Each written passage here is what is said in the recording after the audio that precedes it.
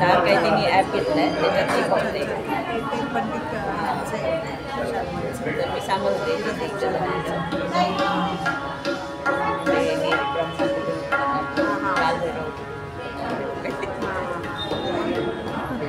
माहिती आहे मला, मी ऐकलं आहे म्हणजे शिवायचं आपण जेवण करायचं नाही असं सगळे सांगतात.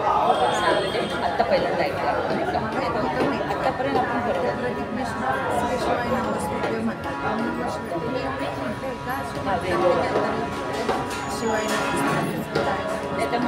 शिवाय नमः शिवाय नमः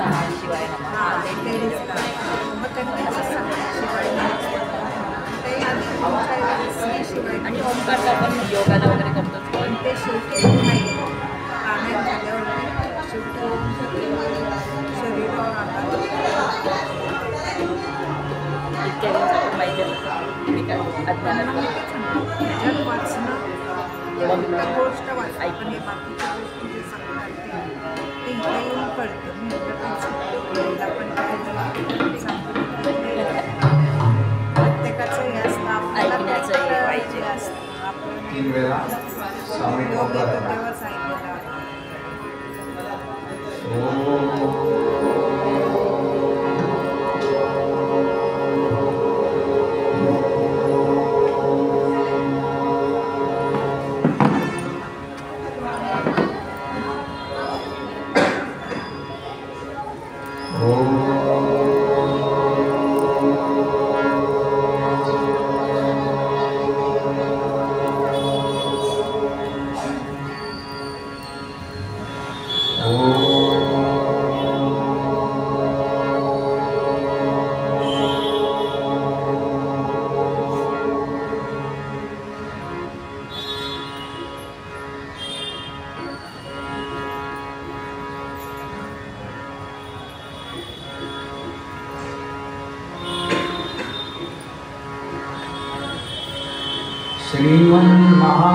श्रीमन्महागणाधिपते नमः।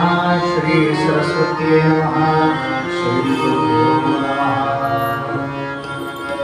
यदा मन्दोदरं हन्ति सतां प्रत्युह सम्भवं तदा मे दयालम्बं लम्बोदरपदाम्बुजं शारदा शारदाम्भोज वदनाम्बुजे सर्वदा सर्वदास्माकं सन्निधिं कुर्यात्। नमस्तस्मै भगवते नारायणाय महात्मने कामक्रोधविहीनाय ऋषीणां प्रवराय च। गुरुर्ब्रह्मा गुरुर्विष्णु गुरुर्देवो महेश्वरः गुरुः साक्षात् परब्रह्म तस्मै श्री गुरवे नमः। नमोस्तुते व्यासविशालबुद्धे फुल्लारविन्दायतपत्रनेत्र येन त्वया भारततैलपूर्णः प्रज्वालितो ज्ञानमयः प्रदीपः।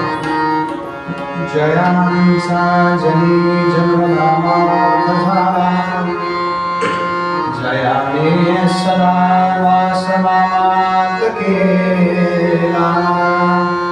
जयांचामुखी सर्वदा नामकीर्ति। नमस्कार त्या ब्रह्मचैतन्यमूर्ति शुभासारिणी पूर्णवैराग्यजासे वसिष्ठापरिज्ञान योगेश्वरासि देवार्मिका सायमान्येषा। नमस्कार माझा सद्गुरु रामदास। अलंकापुरी पुण्यभूमी पवित्र जिथे नांदतो ज्ञान राजा सुपात्र।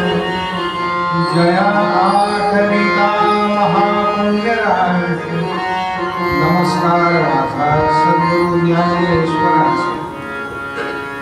समचरण सरोजं साम्रलीलांबुदाभं जगन्निहितपाणिं मण्डलानां तरुणतुलसीमाला गन्धर्वं कञ्जनेत्रं सदयधवलहासं विठ्ठलं चिन्तयामि कैलासनाथ शिवचन्द्रमौळी फणीन्द्रमाधृपतिधरा कारुण्यसिन्धो भवदुःखहारी तुझवीणशम्भो मजकोणतारी सौराष्ट्रे सोमनाथञ्च श्रीशैले मल्लिकार्जुन उज्जैन्या महाकाल ओंकारममलेश्वर परल्या वैद्यनाथञ्च दाकिन्यां भीमशङ्कर सेतुबन्धे रामेशं नागेशं द्वारकाधीशं वाराणस्यां तु विश्वेशं त्र्यम्बकं गौतमीकं हिमालये तु केदारं दशमेशं च शिवालयं एतानि ज्योतिर्लिङ्गानि सायं प्रातः पठेन्नरः सप्तजन्मपापं स्मरे न विनश्यति ॐ नमः शिवाय ॐ नमः शिवाय ॐ नमः शिवाय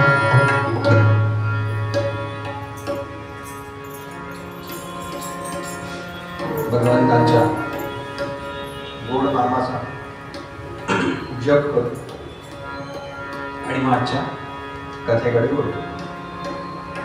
काल मी ओम नमः शिवाय ह्या मंत्राबद्दल सांगितलं आणि लगेच अवघडल्यासारखे झाले बरं का सगळे.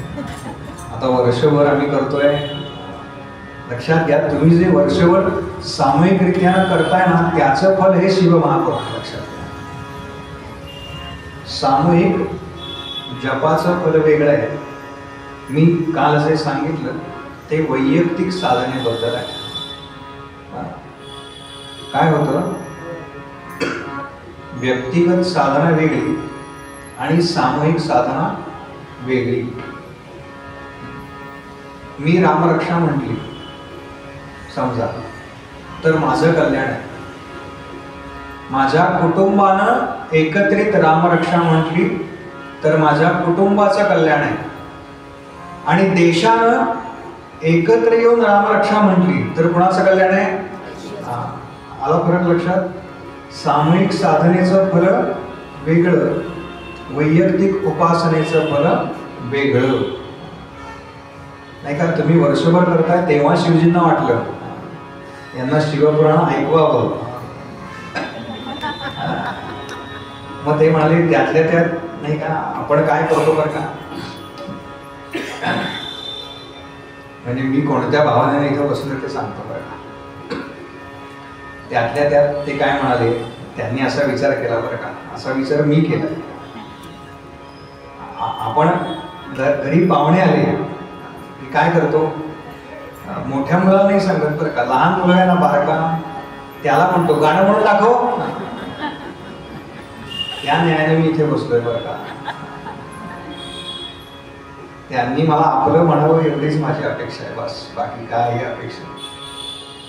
आणि त्यांनी मला सांगितलं इथे काहीतरी बोलून दाखव, बघू तुला काय येतं. भगवंत आणि संत, भगवंत प्रेमळ असतातच पण संत त्यांच्यापेक्षा 2 पावलं पुढे सांगितलेत बरं का. ते अधिक प्रेम करतात आपल्यावर. आणि मी अगदी त्या न्यायानं बसतोय बरं का. काही चांगलं वाटलं काही तर ते काही मी निमित्त आहे बरं का, माझ्या मुखात आलं. ते मूळ व्यासांचंच आहे. व्यासोच्छिष्टम जगत सर्व. छान नाम घ्या. आज आपण सुरुवातीला या ओंकाराचा महिमा पाहणार आहोत आणि मग नारदांच्या कथेकडे जाणार. रोज थोडंसं तत्वज्ञान पाहिजे की नाही. कथा काय आहे, कथा चालूच राहणार आहे, पण कथांमधनं घ्यायचं काय आहे आम्ही, तर हे घ्यायचंय बरं का. मोठं ऑपरेशन असतं, डॉक्टर तपासतात आपल्याला, तारीख लिहितात आणि त्याच्या आदल्या दिवशी एक डॉक्टर येतात ते आपलं वजन करतात. कशा करता? तर आपल्या वजनाच्या प्रपोर्शनेट ॲनेस्थेशिया द्यावा लागतो. तसं मुख्य काय आहे? आणि ॲनेस्थेशिया मुख्य आहे का? नाही ना. ऑपरेशन मुख्य आहे, तत्वज्ञान मुख्य आहे. मला सांगायचं आहे, नीट लक्षात. तत्वज्ञान मुख्य आहे, पण मग ते वेदांतामध्ये लिहिले ना, वेदांमध्ये तेच लिहिले. मग पुराण काय? ते सोपं करण्याकरता पुराणांची निर्मिती आहे. ते सोपं करण्याकरता पुराणांची निर्मिती, म्हणून कथा ऐकायचं. पण त्यातला मुख्य गाभा हा मधनं ऐकायचा. ज्यांना याची सवय नसते त्यांना फार जड जातं, ज्यांना सवय असते त्यांना बरं वाटतं. आणि मी तर म्हणतो, ज्यांना कथा कीर्तनामध्ये प्रवचनामध्ये झोप लागते ते सगळ्यात सुखी बरं का. कारण आपण असतो तर आणि छान झोप झालेली असते. त्यामुळे समजा झोप लागली तरी वाईट वाटून घेऊ नका, मी परवानगी दिली आहे. म्हणा, जय जय शंकर नमामि शंकर.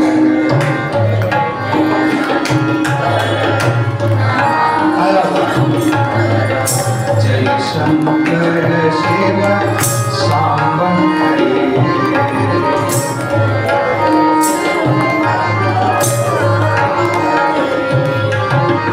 जय जय शंकर नमामि शंकर.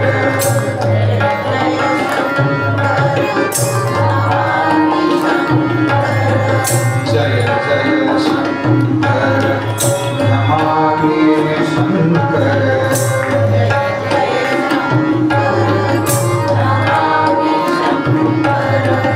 जय शंकर शिव सांब हरे.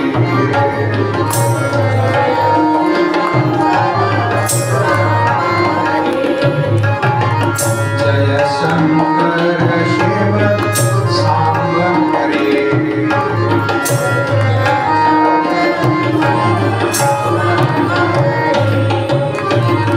हे गिरिजापते नमामि शंकर. जय गिरिजापते नमामि शंकर. जय गिरिजापते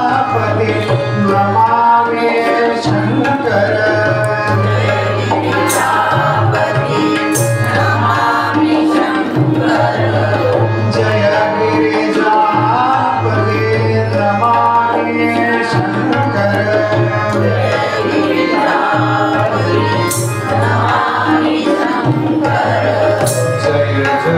प्रेमाकार हरे.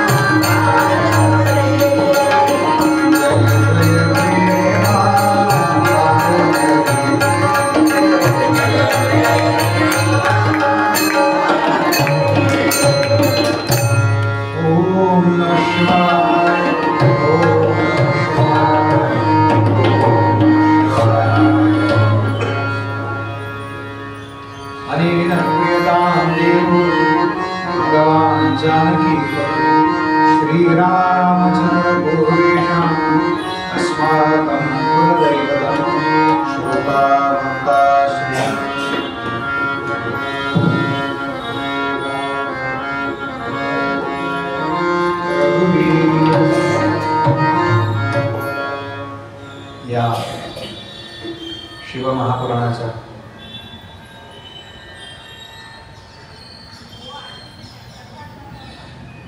श्रवणासाठी उपस्थित सर्व श्रोते, साधक, सज्जन, तत्वचिंतक, नामधारक, कला उपासक, वैदिक यादी अशा उपस्थित सर्वांच्या हृदयस्थ परमात्म्याला वंदन करतो. आपल्या त्या पुण्याईला वेगळा नमस्कार करतो जी पुण्याई आपल्याला इथे मंदिरात घेऊन आली. बरं, मंदिरात येण्याकरता पुण्य लागतं, लक्षात ठेवा.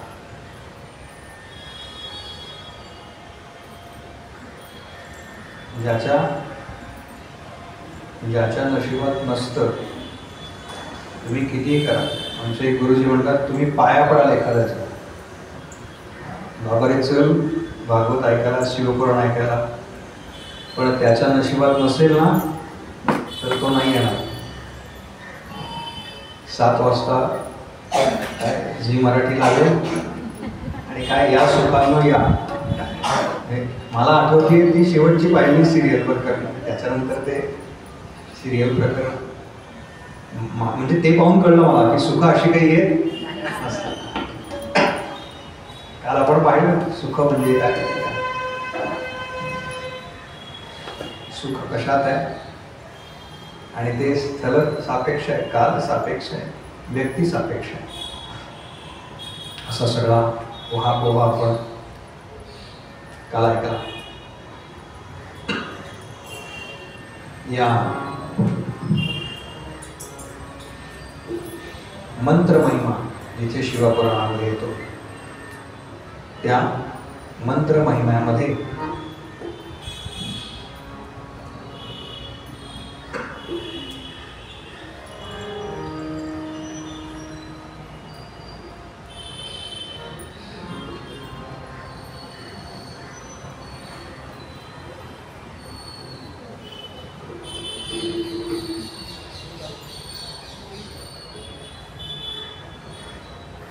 ओंकाराचं महात्म्य या शिवपुराणामध्ये आलेलं आहे.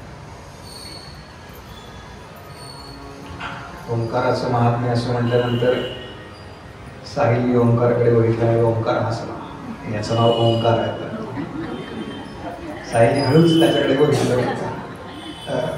काय असतं, तुम्ही सगळेजण माझ्याकडे जरी बघत असला तरी माझं लक्ष बरोबर तुमच्याकडे. म्हणून मी म्हणालो ना, झोप लागली तरी चालेल, मला कळेल कोण झोपले. मांजर दूध पिताना तेव्हा डोळे बंद करून पितं बरं का. तिला वाटतं आपल्याकडे कोणी पाहत, तसं नसतं. सगळेजण तिच्याचकडे पाहत असतात बरं का. आणि खरं तर एकदा तिनं तोंड घातल्यानंतर ते काही दूध आपल्या योग्यतेचं नसतं. त्यातल्या त्यात चांगला असेल, सत्वगुणाचा माणूस असेल बरं का. ऐका, आपण कुठल्या गुणाचे आहोत. सत्वगुणी जर असेल ना तर तो काय विचार करतो, जाऊ दे आता तोंड घातलंय ना, तिच्या तरी मुखात जाऊ दे. आणि राजस आणि तामस असेल तर तो काहीतरी हातात काय भांडं घेतो एखादं आणि आपला नियम काही लागत नाही बरं का, खाली भांडं आपटलं तरी माणसं घेऊन जाते. पण आपल्याला सत्वगुण वाढवायचा बरं का. वृत्ती हळूहळू सात्विक होत गेल्या की मग परमार्थ सोपा होतो बरं का. मग परमार्थ सोपा होतो. परमार्थ अवघड का वाटतो आम्हाला? बरं, हे तीनही गुण हवेत बरं का. सत्वगुण हवा, रजोगुण हवा आणि तमोगुण सुद्धा हवा बरं का. तुम्ही म्हणाल नाही आम्ही फक्त सत्वगुणाची कास धरू, नाही आम्हाला काही बाकीचे दोन नको, असं चालणार नाही. रात्री छान झोप यावी असं वाटतं की नाही? झोप हे कुठल्या गुणाचं लक्षण आहे माहिती आहे का? तमोगुणाचं लक्षण. काहीतरी काम करायचं आहे आपल्याला ना, काय मंडईत जायचंय, भाजी आणायची आहे, दळ आणायचं आहे, स्वयंपाक करायचा आहे, हे राजस गुणाचं लक्षण आहे. काहीतरी करावं असं वाटतं. मला फार आवड कधी होतं माहिती आहे का? कथा संपली, सप्ताहाचा शेवटचा दिवस आणि दुसऱ्या दिवसापासून दुसरं काही चालू नसेल ना, म्हणजे कथा ही फार आवड होतं बरं का. अस्वस्थ होतं, आता करायचं काय, करायचं काय. या सप्ताहापूर्वी 2 दिवस मध्ये सुट्टी होती आणि या सप्ताहानंतर पुन्हा 2 दिवस सुट्टी आहे मला. प्रश्न हा पडतो की करायचं काय. मग लगेच भागवत सप्ताह सुरू आहे माझा. 2 भागवत सप्ताह आहेत कथा आणि हेच शिवमहापुराण 3 ऑक्टोबर पासून मी उज्जैनला सांगणार आहे, महाकालांचे. काय भाग्य बघा.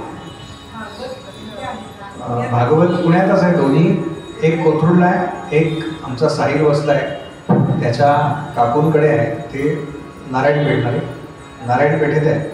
मी तुम्हाला बाळासाहेबांना पाठवतो पत्ता, तुम्ही सगळ्यांनी त्यांचा नंबर घेऊन जा आणि इथे लिहिलाय ना तुम्ही, ते सगळ्यांना पाठवतील मेसेज. काल परवा ते सगळं केलं. जवळ आहे नारायणपेठेमध्ये, 2 ठरलेले.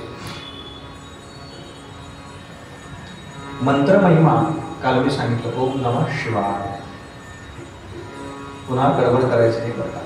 सामूहिक मंत्राची, सामूहिक उपासनेची शक्ती वेगळी. पुन्हा वर्षभर तुम्ही करा म्हणजे मला बाळासाहेब बोलवतील पुढच्या. वा, असं पाहिजे बरं का. असं पाहिजे. तुम्हाला गंमत सांगू का, आपण 25 डिसेंबर ते 31 डिसेंबर फिरायला जातो की नाही. आपण म्हणजे तुमच्याकरता म्हणतोय आपण. माझं 25 डिसेंबर ते 31 डिसेंबर याचा सप्ताह अनेक वर्ष नक्की आहे पुढच्या. एक कुटुंब आहे, ते परदेशात जाणार होतं, तुम्हाला माहिती करता सांगतो, नाव सांगत नाही. एकदम सधन कुटुंब आहे आणि सहज त्याच्या आधी ते 1-2 महिने मला भेटायला आले. हो असं असं आहे, माझ्या पत्नीला त्याच काळात इंग्लिश मिडियमच्या शाळेत ते शिकवतात. ते स्वतः मोठ्या IT कंपनीमध्ये एकदम म्हणजे सिनियर लेवलला आहे. त्यांचा मुलगा पण आता इंजिनिअरिंगला आहे. तर ते म्हणले आमच्या डोक्यात भागवत सप्ताह करायचा आहे. म्हणजे कधी करायचा, म्हणजे आम्हाला 25 ते 31 सगळ्यांना सुट्टी असते, फॅमिली हॉलिडे. म्हटलं तुम्ही दरवर्षी काय करता. मी त्यांना प्रश्न विचारला, तुम्ही दरवर्षी काय करता. ते म्हणले आम्ही कुठेतरी हिल स्टेशनला जातो, नाहीतर फॉरेन ट्रिप करतो. शक्य आहे त्यांना 5-6 दिवसात फॉरेन ट्रिप शक्य आहे. गेल्या वर्षी माझा भागवत सप्ताह त्यांच्याकडे झाला. त्यांच्या घरामध्ये त्यांचे जवळजवळ 30 नातेवाईक राहायला होते बरं का. मोठं घर आहे, 2 समोरासमोर फ्लॅट आहे. 30 नातेवाईक शनिवार रविवार जोडून राहायला आले होते. तेव्हा ते मला म्हणाले बरं का, व आम्ही जर सप्ताह झाल्यानंतर भेटायला गेलो, आले होते ते मला म्हणाले आम्ही जर ट्रिपला गेलो असतो ना 3 जण, तर काय 2-2.5 लाख रुपये खर्च केला असता, बाकी काय. आणि काही वेगळं नाही म्हणते. पण हे जे आम्हाला या सप्ताहात मिळालं ना, मला म्हणाले असं आठवतच नाहीये की आम्ही सगळे कुटुंब एकत्र राहिलो आहे. लग्नात सुद्धा बघा ना, हल्ली सकाळी येतात त्यांचे मामी भाऊ, वहिनींचे मामी भाऊ, म्हणजे दोन्हीकडचे लोक तिथे राहिले, 1 रात्र 2 रात्र का होईना. त्यांचे मामा तर फार मोठे डीन आहेत मेडिकल कॉलेजचे. म्हणजे ते माझ्याशी पाऊण तास नंतर फोनवर बोलत होते. तेव्हा ते म्हणाले, बुवा तुम्हाला सांगू का, तुमचे शब्द मी कसे ऐकत होतो, तर पेशंट असा समोर बसून ऐकतो ना डॉक्टरच्या, असं ऐकत होतो. का म्हणाले, आमच्याकडे जे येतात ना लोक, हे सगळे दुःखीच येतात म्हणाले. आपण आनंदात जातो का डॉक्टरकडे, काय फार छान वाटतं डॉक्टर म्हणून तुम्हाला भेटलं आहे असं कोणी, हे दुखतंय ते दुखतंय, असं झालंय तसं झालंय म्हणाले. दुःख सांगायलाच लोक येतात आमच्याकडे, त्याशिवाय आमची भेट होत नाही. मग आम्ही किती वेळ बोलतो प्रत्येक पेशंटशी, त्यांची प्रॅक्टिस इतकी जबरदस्त आहे. सकाळी 100 पेशंट करतो म्हणाले मी, संध्याकाळी 100 पेशंट करतो बस. मेडिकल कॉलेजला डीन आहेत बरं का, मधल्या वेळात शिकवायला जातात. म्हणजे काय कॉलेजची गाडी आहे त्यांना, काय मोठ्या पोस्टवरती आहेत बघा. आणि एखाद्या विद्यार्थ्यासारखे छान खाली मांडी घालून शनिवारी आले आणि लगेच जाणार होते, पण ते 1 दिवस राहिले. रविवारचा कार्यक्रम त्यांनी पूर्ण अटेंड केला आणि मला म्हणले, मला खरं तर थांबायचं आहे बरं का बुवा, पण तुमच्या माहिती करता म्हणून सांगतो. आत्ता जी आपल्या पंतप्रधानांची आयुर्वेद मंडळाची जी टीम आहे, त्या टीमचे जे सदस्य ते म्हणाले, मला मंगळवारी महिन्यातनं एका मंगळवारी दिल्लीला मीटिंग असते, तर मला ते सगळं कलेक्ट करायचं आहे. म्हणून ते त्यांच्या गावी गेले आणि मग 1.5 तास जवळजवळ ते माझ्याशी फोनवरती हा सगळा विषय इतक्या सविस्तर बोलत होते ना. बरं, ह्यात मी माझं काहीच सांगितलं नाही बरं का, मी सगळं जे ते व्यासांचं सांगतोय. पुन्हा मी तो आम्हाला भार आहे, कीर्तनकार प्रवचनकारांनी हे पक्क असलं पाहिजे. मंत्र महिमा आहे शिवपुराण.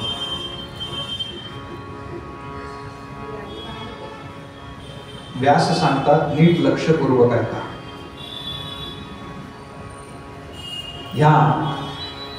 ह्या ओंकारालाच प्रणव अशी संज्ञा. ज्याला एकाक्षर ब्रह्म असं म्हटलंय, तो हा ओंकार. ही सगळी सृष्टी कशापासून निर्माण झाली, पहिलं शब्द ब्रह्म काय आहे, तर ते ओंकार आहे. आपण काही वर्षापूर्वी वर्तमानपत्रामध्ये वाचलं असेल, बिग बँग थेअरी. आपण शाळेत सुद्धा अभ्यास केलाय. त्याच्यामधनं जो आवाज येतो तो कसा येतो, तर आपण जो ओंकाराचा ध्वनी काढतो ना, तोच येतो.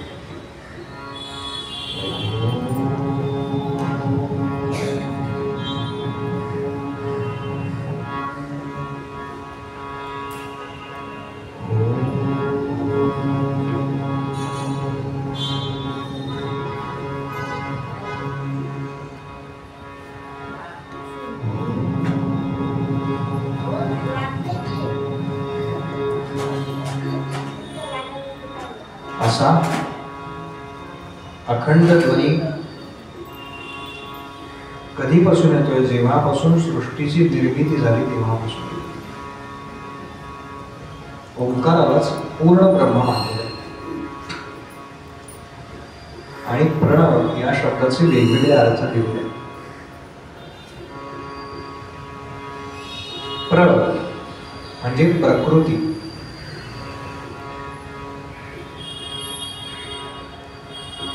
प्रकृती म्हणजे आपण सगळे प्रकृती होत बरं का.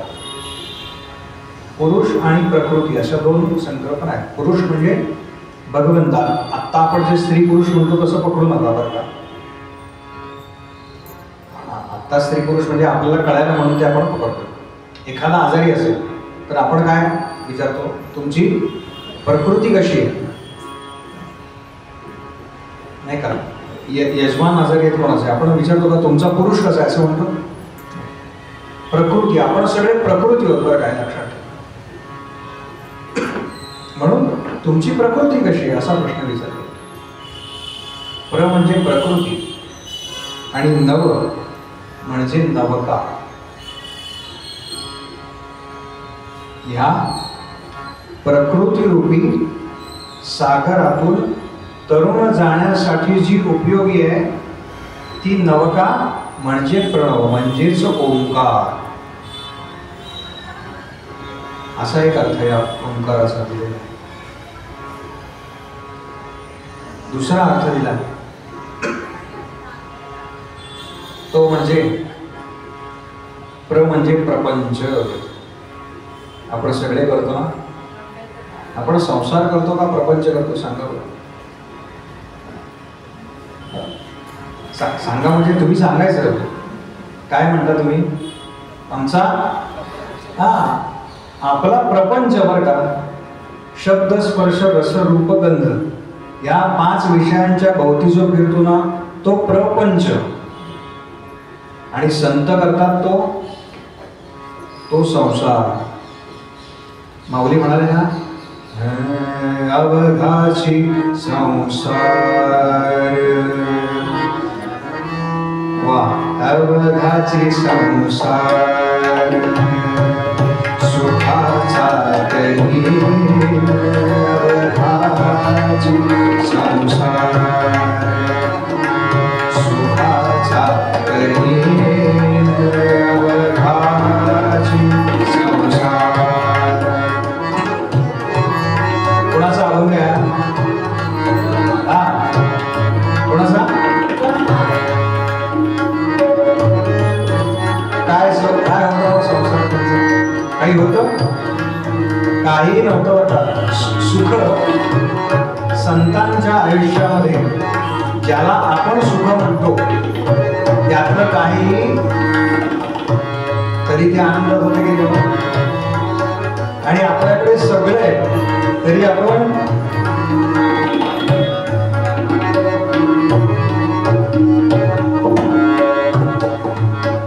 अवघाची संसार सुखाचा कार्य. संत करतात तो संसार बरं का आपला प्रपंच. असा जो प्रपंच आहे तो हिंदी भाषांतर आहे या सगळ्याचं. प्रणव आपण न मराठीत आहे हिंदीमध्ये न म्हणतात. प्रणव न म्हणजे नाही आणि व याचा संस्कृतमध्ये एक अर्थ आहे तुमच्यासाठी. म्हणजे प्रपंच तुमच्यासाठी नाही हे समजण्याकरता काय केलं पाहिजे तर ती ओंकाराची साधना केली पाहिजे. हे जो सांगतो तो हा ओंकार. प्र याचा अर्थ प्रकर्षेण. अनेक वेगवेगळ्या अर्थ दिलेत बरं का. प्रकर्षेण न म्हणजे नयेत आणि व म्हणजे युष्मान म्हणजे जो उपासकांना प्रकर्षानं म्हणजे प्रयत्नपूर्वक ओढून. आपण म्हणतो ना एखाद्याला काल बाळासाहेबांनी सांगितलं बघा एकेकाला अजून घेऊन या. आपण प्रयत्न केला ज्याने नाही केला त्यांनी आज करावं. फार वाटून घेऊ नका. फक्त मी काल सांगितलं ते लक्षात ठेवा. जगन्नाथाचा रथ चालला होता आपण ओढलं नाही असं वाटायला नको. म्हणून प्रयत्न करायचे पुन्हा पुन्हा पुन्हा पुन्हा पुन्हा. श्रीमद भागवतामध्ये एक श्लोक आहे. किती वेळा भागवत ऐकावं तर भागवतात असं लिहिलं आहे सदा सेव्या सदा सेव्या. दोनदाच म्हटलंय. व्याकरणाच्या दृष्टीनं द्विरुक्ती हा दोष आहे. म्हणजे एखादी गोष्ट पुन्हा पुन्हा सांगू नये.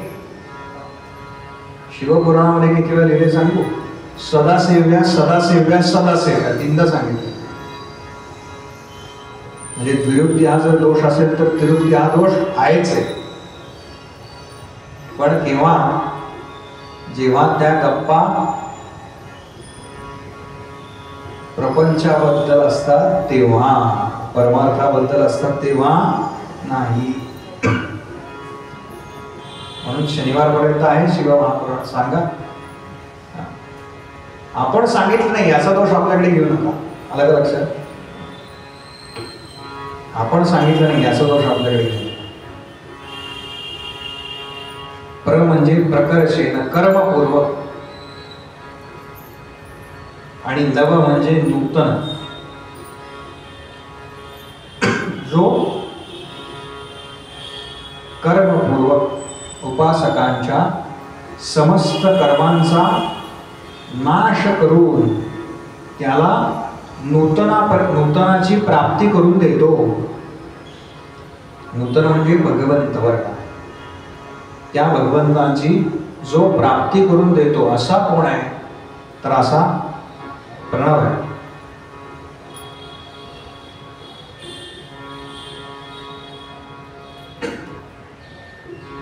प्र म्हणजे प्रकृष्ट आणि नव म्हणजे दिव्य. जो प्रकृष्ट दिव्य परमात्म्याचं प्रत्यक्ष प्रगटीकरण करतो तो कोण आहे? तर तो हा ओंकार. ओंकार प्रधान रूप गणेशाचे, हे तिन्ही देवांचे जन्मस्थान. किती महत्वाचा आहे प्रणव, लक्षात घ्या. खरं तर ओंकार असंही म्हणत नाही बरं का, प्रणव म्हणतात. ओंकार असंही म्हणू नये. कशाचा जप करा? प्रणवाचा जप करा असं म्हणतात. प्राणशक्ती आहे त्याच्यावर, आणि आपण आहोत म्हणजे ती प्राणशक्ती आपल्यात आहे म्हणून आपण आहोत.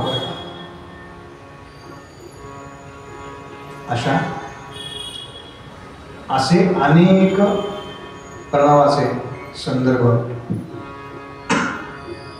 या मंत्र महात्म्यामध्ये येतात.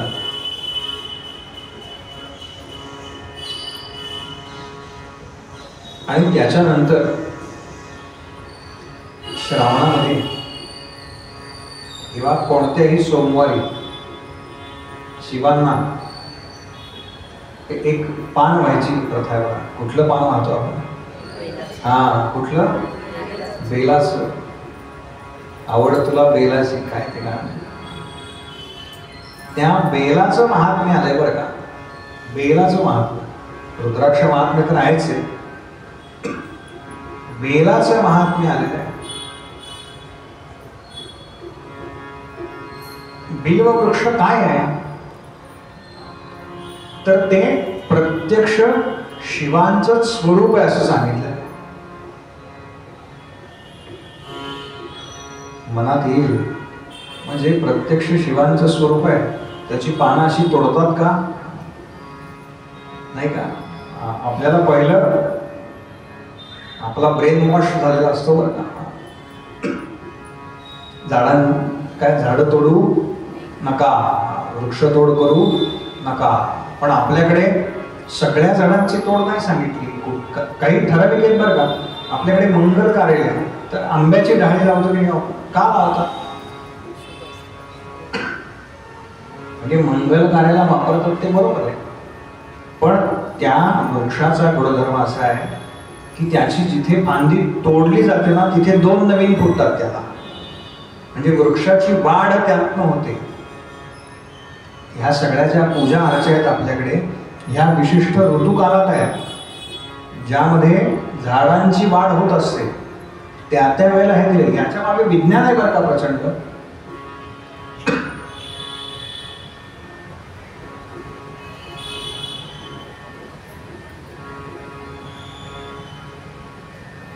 असं सांगितलंय की ज्याला उपासना करायची आहे काही शिवांची, त्यानं बिल्व वृक्षाच्या खाली बसा आणि शिवांची आराधना करा. तो बिल्व वृक्षाच्या खाली उभा राहिला, हातामध्ये जल घेतलं आणि ते आपल्या डोक्यावर काय शिंपडलं, प्रोक्षण केलं, तर सकल तीर्थांमध्ये स्नान केल्याचं पुण्य आहे. अजून काय पाहिजे बघा. फक्त झाडाखाली उभं राहायचं आणि आपल्या डोक्यावरती घ्यायचं. जो बिल्व वृक्षाच्या खाली दिवा लावतो, आता किती वेळा लावायचा हा पहिला प्रश्न. हे या साधना सातत्यानं करायचं असतं बरं का. एकदा दिवा लावला की काही फार दिवे लागत नाही बाहेर. जो हे करतो सातत्यानं त्याला काय होतं तर त्याला संपूर्ण तत्वज्ञान आपोआप प्राप्त होतं असं सांगितलं. आपोआप शिवांची उपासना जी आहे ना, मी मागच्या शिवपुराणामध्ये सांगितलं होतं, शिवजी समोर कोण आहे याच्यावरती देत नाही. समोरच्याची लायकी काय आहे याच्यावरती शिवजी देत नाही. त्यांना काय द्यायचंय त्याच्यावरती ते देतात. लक्षात ठेवा. त्यामुळे तुमची कपॅसिटी आहे का नाही याचा विचार करू नका. त्यांच्याकडनं तुम्हाला प्राप्त होणारच आहे.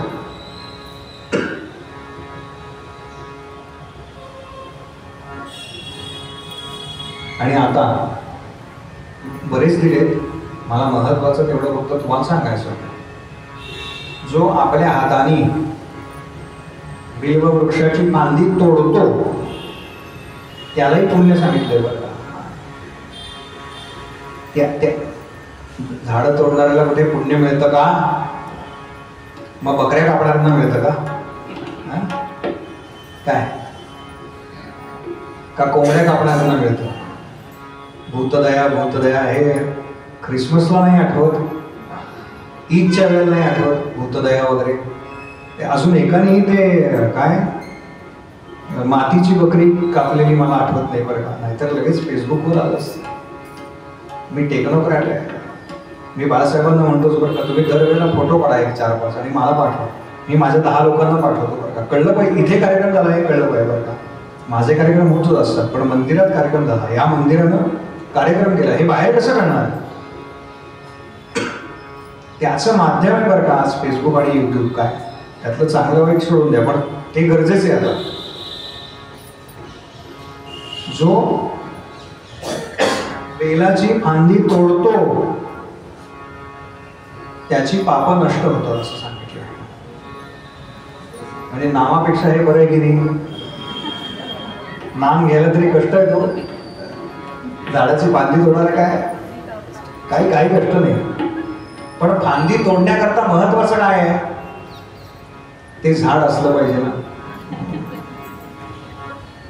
तेव्हा इथे जे सगळे जण आलेत ना, काय 35-40 संख्या 50 आहे, सगळ्यांनी एक शब्द द्या मला. बाकी काही तुम्ही शेवटच्या दिवशी मला काही दिलं नाही तरी चालेल. एक शब्द द्या. आधी हो म्हणा, मग सांगतो. म्हणा हो. हा, एक बेलाचं झाड लावा. शक्य आहे सगळ्यांना? हो म्हणलात तुम्ही. बघा, मी पुढच्या वर्षी म्हणजे बाळासाहेबांनी सांगितलंय आणि मी पण म्हणतो की मी पुन्हा येईन, पुन्हा येईन, पुन्हा येईन.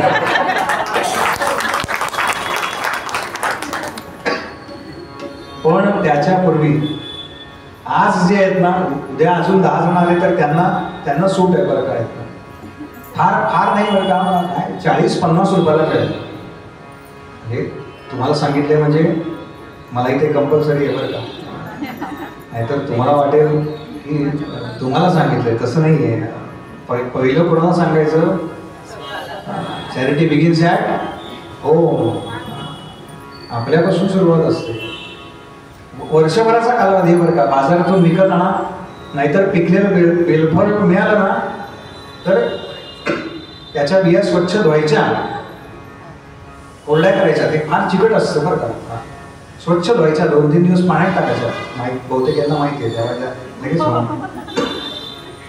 स्वच्छ धुवायच्या आणि कुंडीत टाकून ठेवा. काय समजा 25 रुपये आली तर तुम्हाला दुसऱ्यांना देता येतील बरं का. घरात ठेवून काय उपयोग नाही. माझ्या ओळखीचे एक जण आहे, भिडे काका, 60-65 वय. त्या दिवशी ते मला भेटले, म्हणले बुवा थांबा. मला काही कळले ना. 5 मिनिटं थांबा. घरी गेली बरं का. मी आपलं तिथे उभा. तुळशीचं रोप घेऊन आले. म्हणाले काल माझा वाढदिवस झाला. म्हणलं वा अभिनंदन. मी तेच म्हणाले मी दरवर्षी 100 तुळशीची रोपं वाटतो वाढदिवसानिमित्त. चांगला उपक्रम आहे की नाही? बाकी वाटण्यापेक्षा हे लहान मुलांना सांगा बरं का. तुम्हाला शक्य असेल तर तुमच्या वाढदिवसा दिवशी वाटाच. पण लहान मुलांकडे आपले काय नातवाकडे येतात ना मित्रमैत्रिणी, तो जातो ना रिटर्न गिफ्ट तुळशीचं रोप द्या बरं का. काय दुर्दैव हल्ली तुळशी राहिलं नाही तो घरात. फ्लॅट संस्कृतीने आपल्याला फार फ्लॅट केलंय. घरामध्ये काही गोष्टी असल्याच पाहिजे बरं का. बेला सर तुम्ही हो म्हणलं त्यामुळे तुम्ही सगळे लावाल याची मला खात्री आहे. एक झाड आपल्याकडे असलंच पाहिजे बरं का. माझं एक परिचय आहे त्यांच्याकडे आहे बरं का टिळक रोडला. मोठ्या ड्रममध्ये लावलंय आणि म्हणाले रोज बुवा म्हणजे त्या म्हणाल्या मला आनंद काय आहे. माझी आई स्वतः रोज त्यातलं एक त्रिदल काढते आणि शिवपिंडीला वाहते, काय फोटोला वाहते. यात आनंद आहे ना. हां बाजारात मिळतंच ना. 5 रुपये 10 रुपये देऊन मिळतंच. त्यात काही आनंद. आनंद कशात आहे? याच्यात आनंद आहे बरं का. तेवढ्या करता बिल्व वृक्षाचं महात्म्य सांगितलं. अशी छोटी छोटी महात्म्य आली बरं का. रुद्राक्षाचं महात्म्य सांगितलं.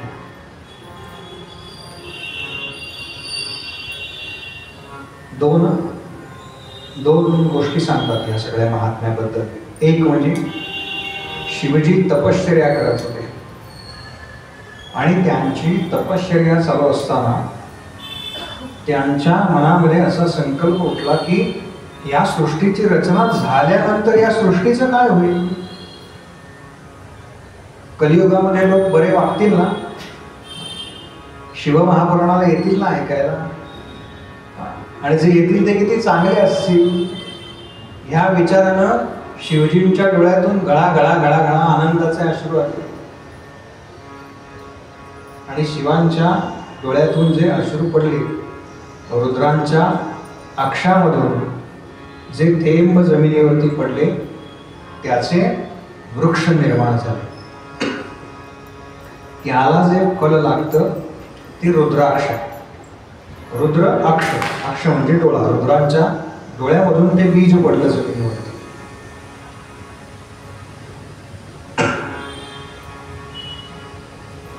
अशी एक कथा सांगतात, म्हणजे असं महात्म्यात आलं. आणि अजून एका वेगळ्या पुराणामध्ये ज्यावेळेला पार्वती मातेचा आधीचा अवतार सतीदेवीने जेव्हा देहत्याग केला तेव्हा शिवांनी तो देह अर्धवट जळलेला उचलला आणि तांडव सुरू केलं, शिवतांडव. आणि त्यावेळेला त्यांच्या डोळ्यातून जे अश्रू बाहेर पडले त्यातनं ह्या वृक्षांची निर्मिती झाली. ते रुद्राक्ष. रुद्राक्ष जर तुम्ही याचं रोप मिळतं बरं का विशिष्ट ठिकाणी, घरी आणून लावला समजा, घरी येतं. फार मोठं नसतं झाड. काय साधारण पेरूचं झाड वगैरे केवढं असतं ना तेवढे असतं रुद्राक्षाचं, थोडं उंच असतं. पण आपल्याकडे तो येत नाही. पुण्यात आहेत, मला माहिती आहे तर त्यांच्याकडे रुद्राक्षाची झाड. पण हा जो रुद्राक्ष मिळतो ना याची क्वालिटी आणि त्याला म्हणजे असं आणून दुसऱ्या ठिकाणी लावलेलं झाड याची क्वालिटी यात खूप फरक आहे. याचं कारण ते त्या ठिकाणावर पडलं ना ते त्या ठिकाणाचं स्थान महात्म्य आहे. तुम्ही आणलं तर झाड जगणार नाही असं नाही आहे, पण त्याला त्या क्वालिटीचा रुद्राक्ष येणार. पुण्यामध्ये महात्मा सोसायटीत अनेक 3-4 ठिकाणी मी पाहिलेलं आहे रुद्राक्षाचं झाड, पण त्याला त्या पद्धतीचं फळ येत नाही. मग कोणी कुठला रुद्राक्ष वापरावा, कशा करता वापरावा हे सगळं आलं. आणि मग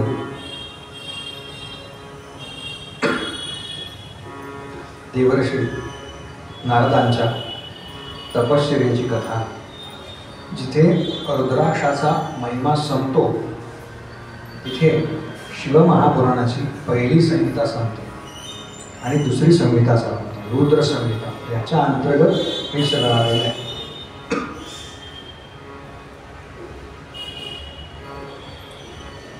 देवर्षी नारदांनी तपश्चर्या करायचं ठरवलं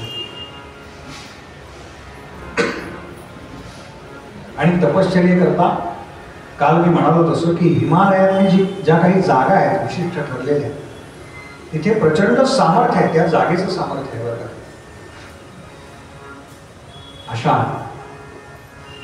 अशा एका जागी नारद गेले आणि नारदांनी पाहिलं एक छान सुंदर गुहा आहे, तिच्या शेजारी गंगा नदी वाहतीये. म्हणाले ही जागा तपश्चर्येकरता एकदम चांगली आहे. सत्य आहे बघा, ही जागा तपश्चर्येकरता एकदम चांगली, ही जागा सुद्धा तपश्चर्येकरता चांगली आहे बघा. फार फार छान आहे मंदिर बरं का.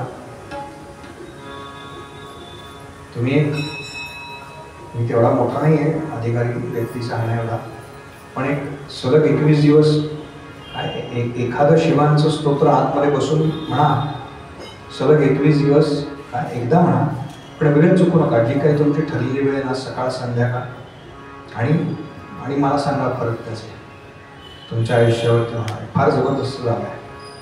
नावच सिद्धेश्वर आहे, काळजीच करू नका. नाव सिद्धेश्वर. आणि नारदांनी शिवांची करुणा बघायला सुरुवात केली. नारद म्हणतात,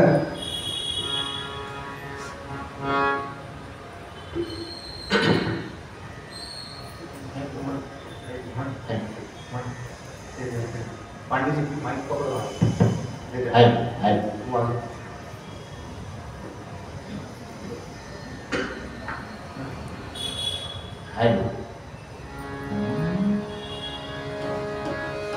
शंभो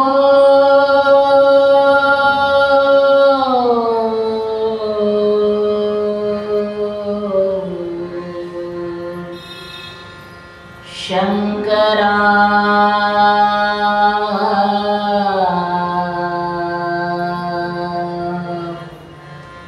करुणाकरा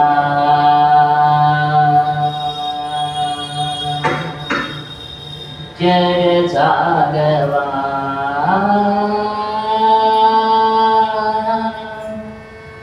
शंभो शंकरा करुणाकरा जग जागवा शंभो शंकरा करुणाकरा जग जागवा शंभो सांब सदाशिव हे त्रिपुरारी शंभो हे भवतारक दुःख निवारी शंभो सांब सदाशिव हे त्रिपुरारी शंभो हे भवतारक दुःख निवारी शंभो शंभो शंकरा करुणाकरा जग जागवा शंभो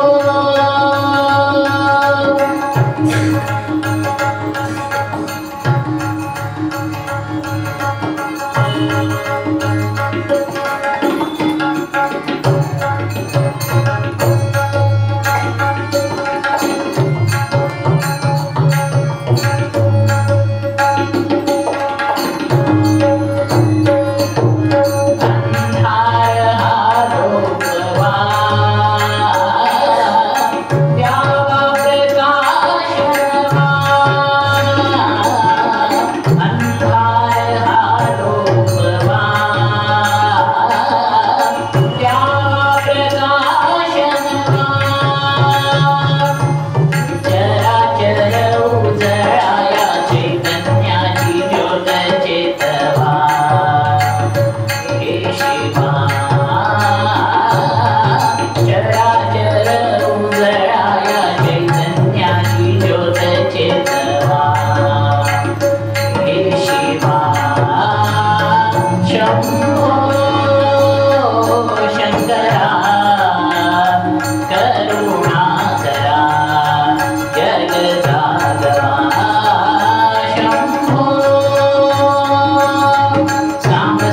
शिव हे त्रिपुरारी शंभो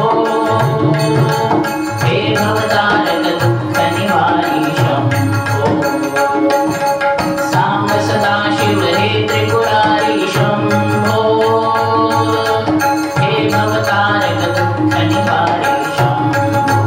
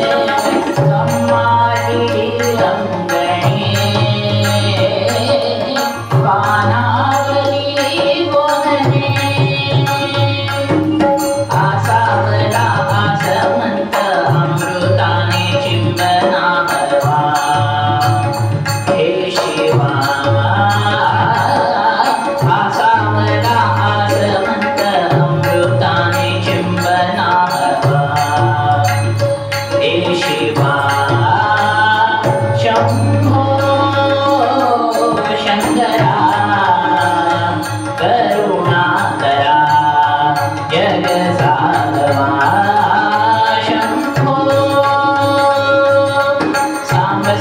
शिव हे त्रिपुरारी शंभो हे भवतारक दुःख निवारी शंभो सांब सदा शिव हे त्रिपुरारी शंभो हे भवतारक दुःख निवारी शंभो शंभो शंकरा करुणाकरा जगजानवा शंभो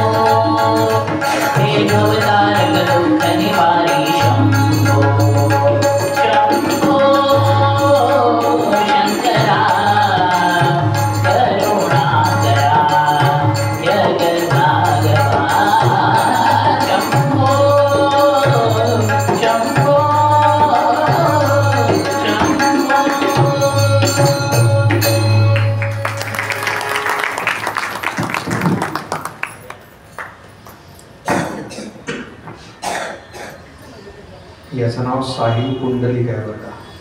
आणि साहिलला हे गॉड गिफ्ट आहे. तो हे सगळं शिकलेला नाही आहे बरं का कुठे, नंतर शिकतो तो. आता पेटीच्या परीक्षा वगैरे देतोय, पण हे त्याला दैवी आहे बरं का सगळे कला. भगवंत कसं एखाद्याला घडवून पाठवतात ना, त्याचं उदाहरण आहे. आणि कधीही फोन केला ना तयार असतो बरं का. त्याला भीती असते एखाद्या कार्यक्रमाला मला नाही सांगितलं तर. त्याने इतकं छान गाणं म्हणलं, त्यामुळे मी नारदांनी कशी तपश्चर्या केली आता त्याच्यात जात नाही. पण नारदांनी तपश्चर्येला सुरुवात केली, त्यांची दीर्घ काळ तपश्चर्या झाली. आणि एखाद्यानं तपश्चर्या सुरुवात केली की पहिली भीती कोणाला वाटते? इंद्राला. देवेंद्राला भीती वाटते. का? आपलं असं आता इंद्रपद आहे ना, पद आहे त्याच्यात. आपलं पद आता दुसरीकडे जातंय की काय? म्हणून सुरुवातीला त्यानं मान्य केलं बरं का. काही दिवस मी उपमुख्यमंत्री, माझी हरकत नाही, पण पुढच्या वेळेला मुख्यमंत्री मीच. इंद्राला भीती वाटायला लागली. आणि इंद्राला काय केलं? तपश्चर्या भंग करण्यामध्ये ज्याची PhD झालेली आहे असा कोण आहे? तर तो कामदेव आहे. मदनाला, मदन माहिती आहे ना आपल्याला, सगळ्यांची तपश्चर्या भंग करण्यामध्ये 1 नंबर हाच. मदनाला सांगितलं, ये जरा इकडे, तुझ्याशी महत्वाचं बोलायचं आहे. काय एक नारद तपश्चर्या करताय, छोटस का मदना तुला काय अवघड आहे? आपल्याला म्हणतात ना, तुम्हाला काय अवघड आहे का वहिनी? 10 जण जेवायला येणार आहेत. अरे बापरे, तुम्हाला काय अवघड आहे? असं म्हटलं की आपल्याला वाटतं फसवा मदन. काही नाही, संघाचे 2 प्रचारक आहेत आणि त्यांच्याबरोबर शिक्षण. फार नाही लागणार, चटणी मीठ लिंबू कोशिंबीर 2 भाज्या पोळ्या वर भात, बस. सांगायची सुद्धा पद्धत कशी असते आमची बघा. बरोबर आहे ना वहिनी? झालंय त्यांच्याकडे नुकतंच भोजन, मला माहिती आहे. काय कीर्तनकार प्रवचन करायला जिथे जाणार आहे ना, तिथल्या जागेची आणि माणसांची पक्की माहिती पाहिजे.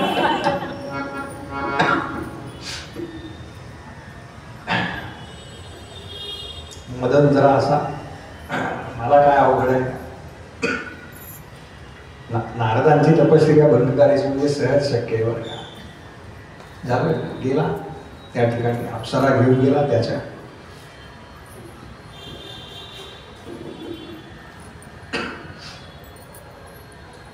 त्यावेळेला नव्हता बरं का तसा सीझन, तरी त्यानं वसंत ऋतूला बरोबर नेलं. वसंत ऋतू हा सगळ्यात महत्वाचा आहे यामध्ये. वसंत ऋतूला बरोबर नेलं. नारदांच्या ठिकाणी ते सगळं प्रगट केलं बरं का.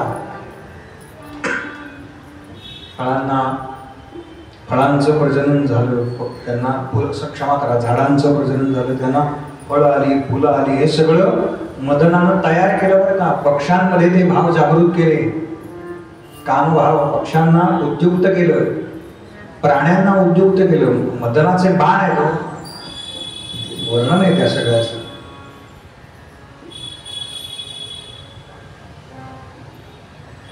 अनेक अप्सरा पाठवल्या बरं का. नारदांची काही तपश्चर्या भंग झाली नाही. मदनाने सगळे प्रयत्न करून पाहिले आणि तो म्हणला की यांच्यावर काही आपला प्रभाव चालत नाही, आपण परत जाऊ.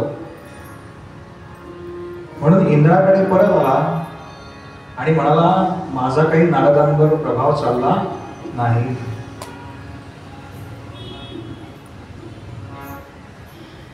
मी काही त्यांच्या मनामध्ये विकार उत्पन्न करू शकलो नाही. असं का झालं तर हे ऐकायला.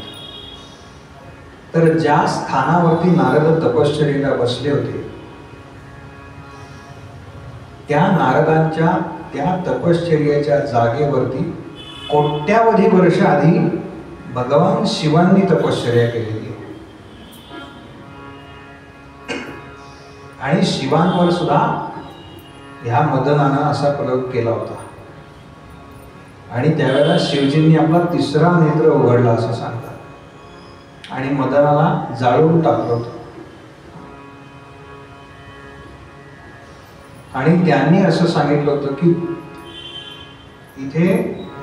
इथे बसल्यानंतर या स्थानावरती जोपर्यंत माझी दृष्टी जाते, साधी दृष्टी बरं का, आपण जे डोळ्यांनी जेवढं बघू शकतो, म्हणजे ह्या डोंगरापर्यंत, या भिंतीपर्यंत, या भिंतीपर्यंत, या भिंतीपर्यंत, या सगळ्या टेरिटरीमध्ये आजच्या भाषेमध्ये मदना तुझा कोणताही प्रभाव चालणार नाही, कारण ही भूमी मी तपश्चर्य करता निश्चित केलेली आहे. नारदांना याची कल्पना नव्हती आणि नारदांना काय वाटलं, माझ्यावरती काही मदनाचा परिणाम झाला म्हणजे या सगळ्या ब्रह्मांडामध्ये शिवानंतर मी केवढा मोठा आहे, बाकी सगळं जिंकणं सोपं आहे बरं का. काम जिंकणं फार अवघड आहे, फार अवघड आहे. शुकासारखे पूर्ण वैराग्य ज्याचे, हा पूर्ण शब्द आहे ना फार महत्वाचा आहे बरं का. काय होतं, आपण श्लोक म्हणतो ना ते इतके गुळगुळीत होतात ना, याचा अर्थच आपल्याला कळतो नाही का. आरत्या म्हणतो इतक्या गुळगुळीत झालेल्या असतात त्या, अर्थ काय आहे ना त्याचा, ते अर्थ लक्षात ठेवून म्हटलं पाहिजे.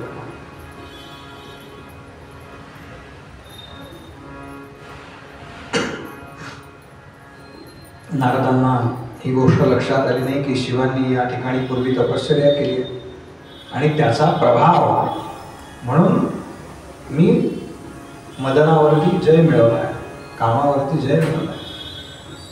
नारदांना वाटलं माझ्या तपश्चर्याचं फळ म्हणजे हे आहे.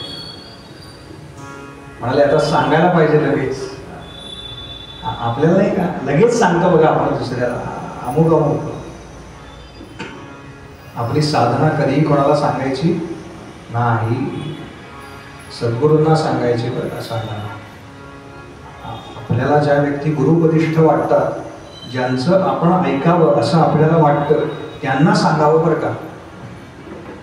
अनेक जण सांगत सुटतात बरं का. सकाळी अमुक अमुक झाल्याशिवाय तोंडात पाणी टाकत नाही. काही सांगत सुटू नका बरं का कोणाला. असतात अनेक जण. ज्या व्यक्तीचं आपण ऐकावं असं आपल्याला वाटतं ना, गुरुपदिष्ठ जी व्यक्ती आहे, भावनेला प्रत्येकाला गुरु लाभतील असं नाही त्या या जन्मात, कधी ना कधीतरी मिळतील. पण असं ज्यांना वाटतं त्यांनाच सांगावं बरं का आपली साधना. बाकी इतर कोणाला, रस्त्यावरच्या येणाऱ्या जाणाऱ्याला तर अजिबात सांगू नये, महिला मंडळात अजिबात सांगू नये. साधना खर्च होते बरं का सांगू. साधना सांगायचे. पण नारद म्हणाले शिवांना जाऊन सांगायला पाहिजे, तुमच्याप्रमाणे मी सुद्धा आता कामावरती विजय मिळवलेला आहे. अरे हिमालयामध्ये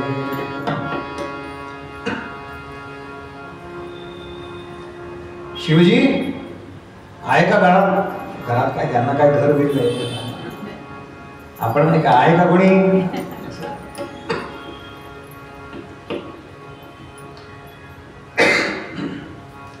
नारदांनी, नारद आले हे कसं ओळखायचं बरं का. दोन गोष्टी. एक तर हे म्हणजे नारद आले बरं का, लक्षात ठेवा नारद आले आता. आणि दुसरं नारायण नारायण नारायण नारायण नारायण नारायण नारायण नारायण नारायण. कोणत्याही सिरियलमध्ये नारद दाखवायचे असतील तर पहिला डायलॉग काय लिहायला लागतो? नारायण. त्याशिवाय नारदांना स्कोपच नाही पुढे. सिरियलमध्ये सुद्धा येता येत नाही बघा. काय काय ब्रँड आहे जबरदस्त नारदांचा. म्हणजे नुसतं तुम्ही ऐकलं ना, कल्पना करा शिवांवरती कॅमेरा आहे आत्ता आणि नारायण नारायण नारायण. आपल्याला काय कळतं आता, नारद येणार आमचे प्रेम मध्ये. दादा शिवजींनी काय आदर सत्कार केला, नमस्कार वगैरे झालं. काय नारदा काय तुम्हाला पण सांगायला आलो, नाहीतर मी काही कोणाकडे जात नाही, तुम्हाला माहिती आहे ना. हो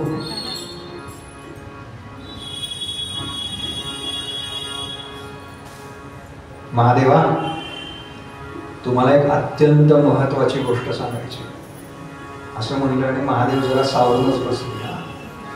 पुढे आले, बोला काय.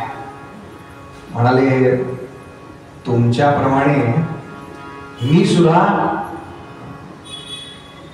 कामावरती विजय मिळवला आहे. काय सांगताय ना आता, हळू हळू म्हणाले.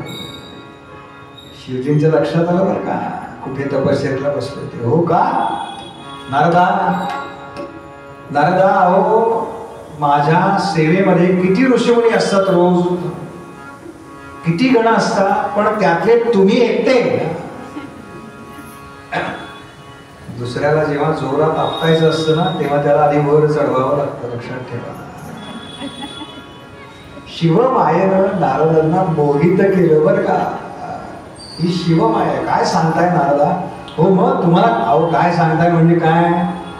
आता बघा त्यावेळेला काही पत्रकार नव्हते ना, नाहीतर म्हणजे बातमी झाली असती. नारदा मी एक सांगू का तुम्हाला. बोला आता तुम्ही फक्त शिवजी बोला. आता आपण दोघं एकच.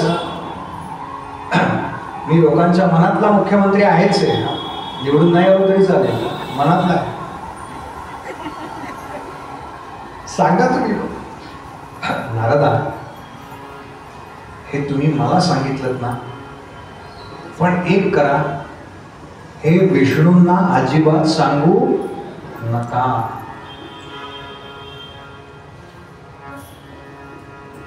का हो विष्णूंना का नको सांगू. अहो ते तुमचे आराध्य आहेत ना. मग समर्थ म्हणालेत ना दासबोधामध्ये, सांगे वडिलांची कीर्ती तो एक मूर्ख. आपली बढाई आपण नसते करायची, नाही का. माझ्या नावापुढे अमुक अमुक अमुक अमुक अमुक अमुक लावा. हे कधीपासून सुरू झालंय माहितीये का. माझ्या राजकीय कथा सुरू झाल्या ना, राजकीय म्हणजे राजकारण्यांच्याकडे, तेव्हापासून सुरू झाले बरं का. हे भाऊ लावा, महाराज लावा, बुवा लावा. मी फोटोही नसेल सांगत. बाळासाहेब म्हणाले फोटो पाठवा ते राजकीय. मागच्या वर्षी माझी याच दरम्यान कोथरूडला कार्यक्रम झाला, भागवत कथा. नाव सांगत नाही, आमदार होते ते. त्यांनी पहिल्यांदा ते मोठा 20x20चा फ्लेक्स लावला आणि तिथे ते अमुक अमुक अमुक अमुक अमुक अमुक महाराज. आणि महाराज तुमचा फोटो पाहिजेच. तोपर्यंत मी फोटोही लावत नव्हतो आणि नावही लावत नव्हतो बरं का. कोणाची कथा आहे, काही गरज नाही फोटो बिटो लावायची, पण काय आता ते पाहिजे झालं. तेव्हापासून मग ते कुठेतरी फॉरवर्ड केलं पुढच्या कथाला की ते तसंच झालं. मग तो फॉर्मॅटच तयार झाला. फक्त तारीख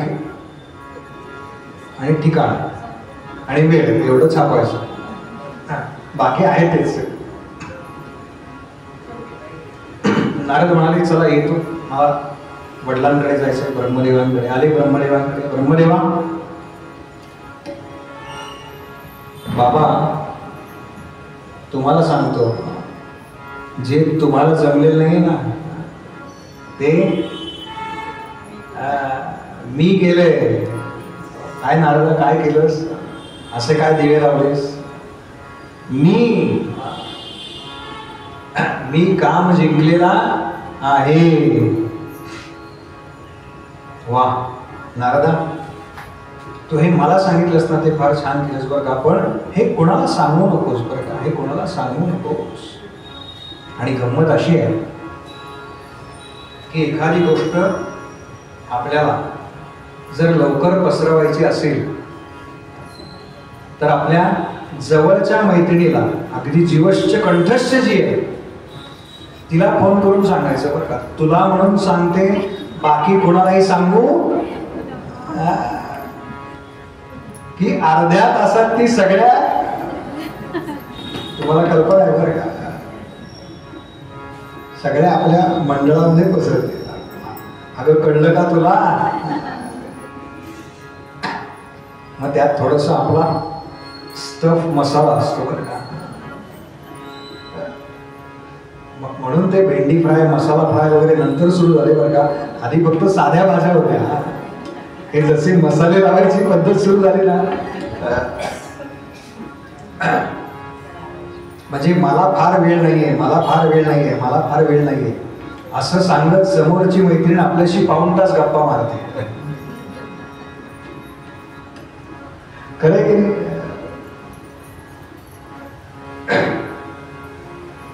त्यामुळे मी फार फोनवर बोलतच नाही. बाळासाहेबांना त्याची कल्पना आहे. मी साधारणपणे दिवसभरात 3 किंवा 4 फोन घेतो, बाकी काय मेसेजवर होतं काम माझं.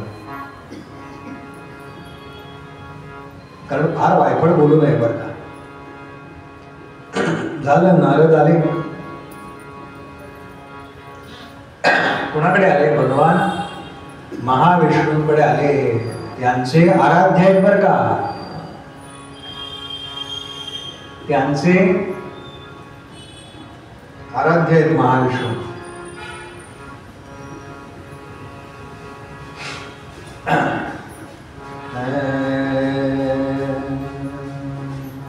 हाक मारली,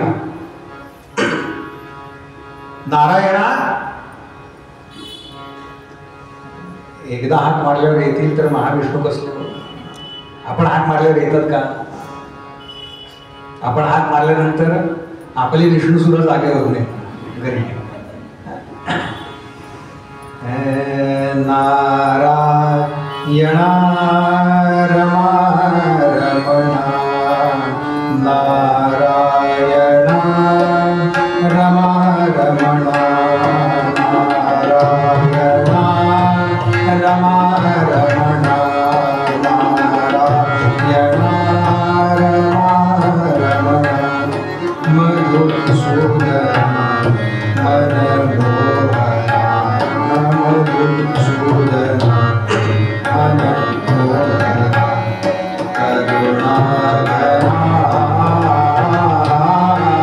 रे नारायणा रमा रमणा, नारायणा रमा रमणा.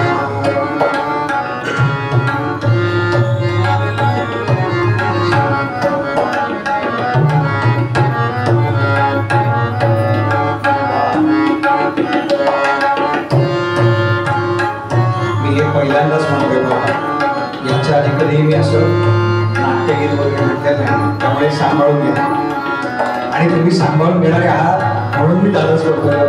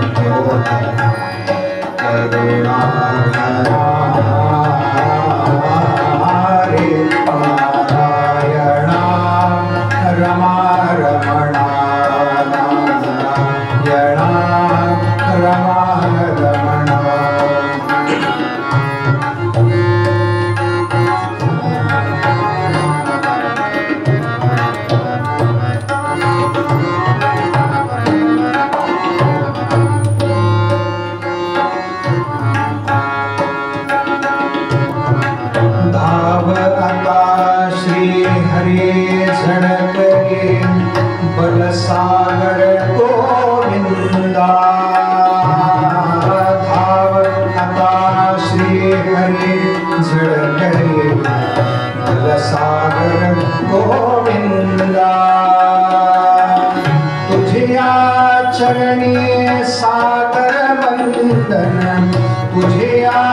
चरणे सादर वंदन करितो परमानंदा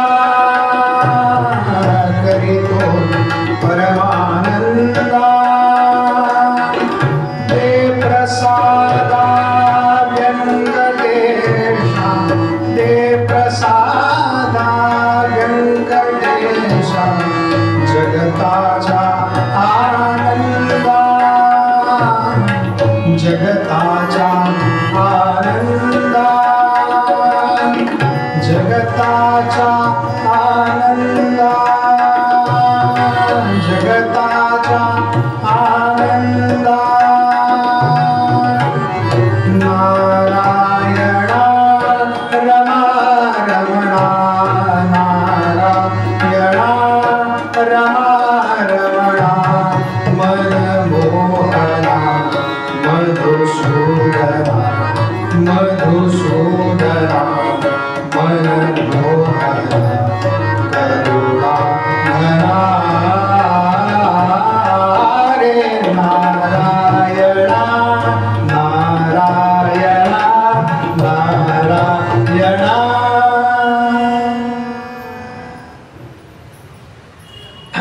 साईडला येताना गाडीवर विचारलं बरं का हे म्हणू का. मला काही फार ते माझं अंग नाही. तुम्ही बोलायला किती वेळ सांगा, कोणाकडे पाहणार नाही. म्हणजे झोपलाय का हे पाहणार नाही, आपलं चालू ठेवा. पण गाणं म्हणलं की एक दडपण येतं ना, काही शिकलेलं नाही मी त्यात. पण शिवांना प्रिय आहे बरं का गान सेवा, म्हणून मी हिंमत केली आहे बरं का. खरं सांगतो, शिवांना केदार नावाचा राग अतिशय प्रिय आहे बरं का. केदार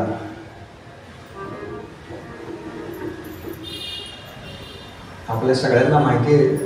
हमको मन की शक्ती देना हे गाणं आहे ना, ते केदार रागामध्ये बरं का, जे आपण म्हणतो ना ते केदार रागामध्ये. शिवांचा रागही आवडत आहे आणि ते जी लोक अशी प्रार्थना करतात ना, हमको मन की शक्ती देना, शिव त्यांना ती शक्ती देतात, कारण त्यांच्या आवडत्या रागात मागितलंय तुम्ही म्हणून. नारायण आले. नारदा बऱ्याच दिवसांनी येणं गेलो, कुठे होतात एवढे वर्ष. नारद म्हणाले मी पुन्हा असतंच बरं का प्रत्येकाचं, मी तपश्चर्याला गेलो होतो. काय सांगताय नारदा, बसा बसा बसा. चौरंग आणला, पाद्यपूजा, चांदीच्या झारीमध्ये पाणी काय आणलं, सोन्याची खालती परात काय, त्याच्यात नारदांचे पाय काय ठेवले, वरनं पाणी घातलं. अगदी आपल्या घरातल्या ठेवणीतल्या पडक्यानं त्यांचे चरण पुसले.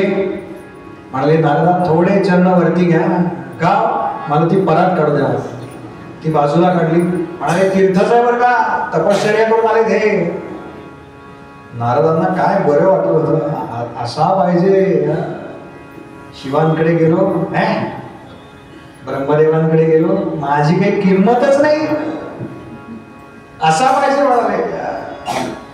एखाद्या तपस्व्याचे पाय धुतोय, तीर्थ घ्या म्हणतोय, असा पाहिजे. नारदा थोडे पाय पुढे करा, स्वस्तिक काढायचंय तुमच्या पायावर. अरे काय बरं वाटतं. स्वस्तिक काढलं बरं का भगवंतांनी नारदांच्या पायावर. नारदांना काही बोलूच येत नाही बरं का भगवंत, सेवेमध्येच लागले. नारदा तुमच्यासारखा ऋषी मी पाहिलाच नाही, खरं सांगतो बरं का. नारद म्हणाले फारच होतंय बरं का भगवंत आहे. नाही अहो तुम्ही कामच तसं केलंय. बरं मला सांगा काय तपश्चर्येत प्राप्त काय झालं. नारद म्हणाले आत्ता हा आला मुद्द्यावर. महाविष्णू मी कामावरती विजय मिळवलेला आहे. या अखिल ब्रह्मांडामध्ये आता आम्ही दोघंच बनवले, एक महादेव आणि दुसरे साक्षात तुमच्या समोर जे बसलेत ना ते. साक्षात वगैरे असं बोलायला लागल्यावर महाविष्णूंना फार बरं वाटलं बरं का. वा म्हणाले योग्य ठिकाणी लागले आपला बाण. काय सांगताय नारदा. बस बस बस नारदा,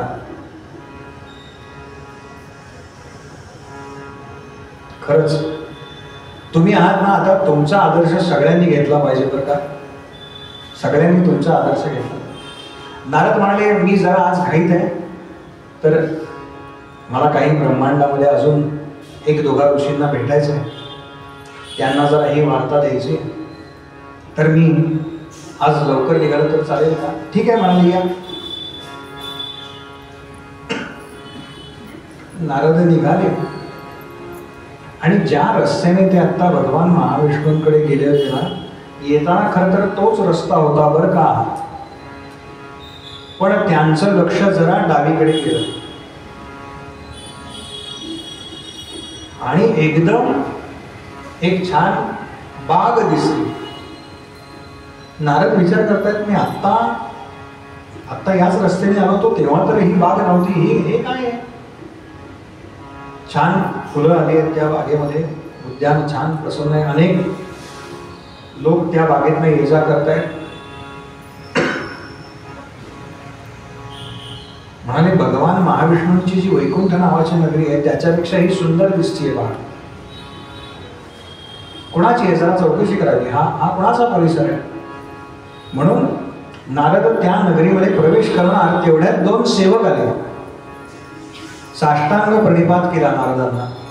म्हणाले, आपण नारद ऋषी ना, देवर्षी नारद तुम्हीच ना? हो. नारदांना कोण ओळखणार नाही हो, नाही का? हो, जटाभार आहे मस्तकावरती, भगव्या रंगाचं धोतर नेसलंय, गळ्यामध्ये विणा, हातामध्ये चिपळ्या. त्यांना काही वेगळा कॉस्ट्युम करायची गरज नाही बरं का. हो म्हणाले, देवर्षी नारद मीच. चला, तुम्ही आमच्या महाराजांकडे येत आहे का? कोण महाराज आहेत म्हणाले? शीलनिधी नावाचा राजा आहे, त्याची ही नगरी आहे, तो ह्या नगरीचा राजा आहे. आणि आमच्या नगरीचा असा रिवाज आहे की कोणी महापुरुष कोणी आलं नगरीमध्ये, कोणी वेदवेत्ता आला तर त्याचा यथोचित सन्मान करायचा. तेव्हा आमच्या महाराजांना तुमचा सन्मान करायचा आहे, तर तुम्ही याल का? पुरस्कार कोणाला नको असतो, नाही का?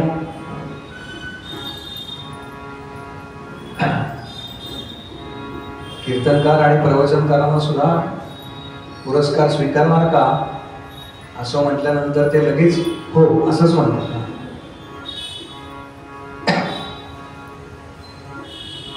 ज्या माणसाला पुरस्काराचा स्वीकार तेवढ्याच आनंदानं करता येतो ना, जेवढ्या आनंदानं त्याला तिरस्काराचा स्वीकार करता येतो, तो प्रगतीपथावरती येवा लक्षात ठेवा.